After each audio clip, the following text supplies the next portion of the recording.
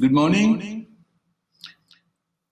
I'm pleased to welcome you all to the 2021 Youth Forum of the Economic and Social Council, and I call to order its first meeting.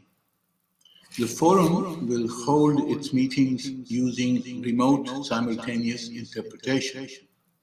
I kindly ask participants to be mindful of the additional difficulties experienced by interpreters when working remotely and to deliver statements at a normal speaking speed. I apologize in advance for any technical difficulties that we may encounter during our virtual meetings. Mr. President of the General Assembly, Mr. President of the Republic of Costa Rica, Mr. Secretary General of the United Nations, Excellencies, distinguished delegates, and youth from around the world. It is a great pleasure for me to welcome you to this 2021 Youth Forum of the United Nations Economic and Social Council. A special warm welcome to all of those young people who are joining us online and on social media around the world. Our welcome also goes to the distinguished ministers and delegates who are attending this virtual meeting. This year, we are marking the 10th anniversary of the ECOSOC Youth Forum. This is an important commemoration.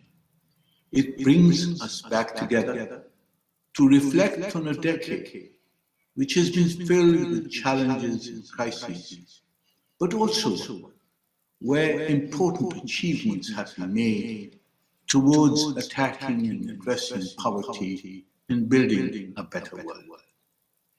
10 years ago, the Youth Forum first met at the UN headquarters during the final stages of the review of the Millennium Development Goals. Youth were clamoring for a seat at the table, to be heard and to help shape the post-2015 development agenda.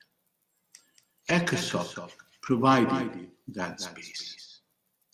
Year after year, at the Youth Forum, your perspectives, my dear young friends, have enlivened and enriched our deliberations and contributed to the work of ECOSOC and the United Nations. Today, dear friends, we are at an important inflection point in world history. We face multiple challenges: the COVID pandemic, a deep global recession, rising poverty, an impending climate catastrophe, rising inequality and extremism, a new arms race, proliferating and unresolved disputes, and the danger of a revived great power rivalry and tension. The world community must respond to these challenges with wisdom and determination. First, we must defeat the COVID-19 virus. Vaccines must be made available to everyone, everywhere. We must oppose vaccine nationalism. And we must understand that no one will be safe until everyone is safe. Second, we must mobilize national and international efforts, especially finance, to recover from the recession which has been induced by the pandemic and to revive the prospects of achieving the SDGs by 2030. Third, we must do everything possible to avoid the impending climate catastrophe, to achieve net zero emissions by 2050 and transition to a green global economy. The commitments made at the Paris Conference to mobilize 100 billion in climate finance annually must be fulfilled. Fourth, we must attack and redress the endemic inequalities in our national and international structures: economic, social, racial, gender inequalities. We must defeat the rising forces of racism, extremism, and fascism. These and other challenges must be addressed comprehensively and coherently.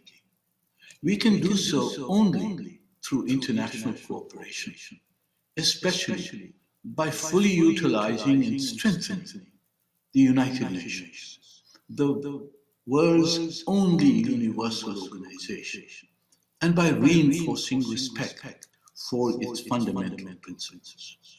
Dear friends, the future belongs to you, the youth.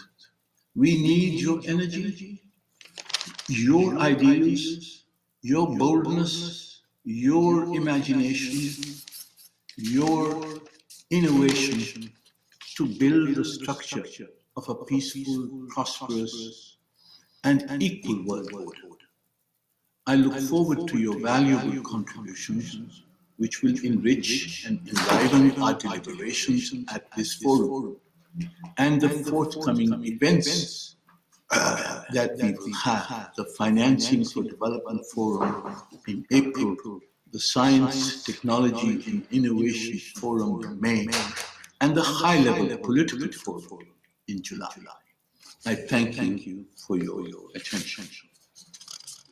I would now invite the distinguished Secretary General to address this forum.